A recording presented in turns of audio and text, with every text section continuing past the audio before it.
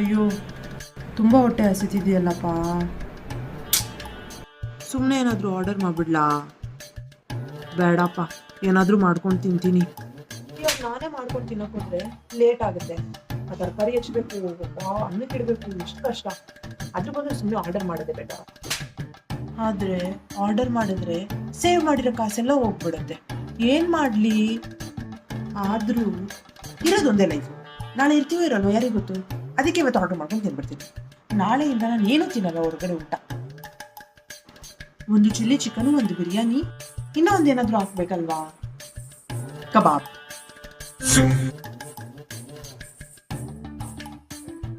ಸ್ವರ್ಗಕ್ಕೆ ಎರಡೇ ಮೆಟ್ಲಂತಾರಲ್ಲ, ಇದೆ ಅಪ್ಪ. ಇಷ್ಟ ಆಯ್ತು. ಇನ್ನೊಂದ್ಸಲ ಆರ್ಡರ್ ಇದೇ ಕಡೆ.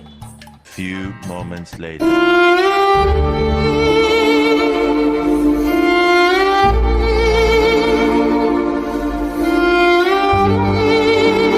ಸೇವಿಂಗ್ಸ್ ಎಲ್ಲ ಹೋಯಿತು.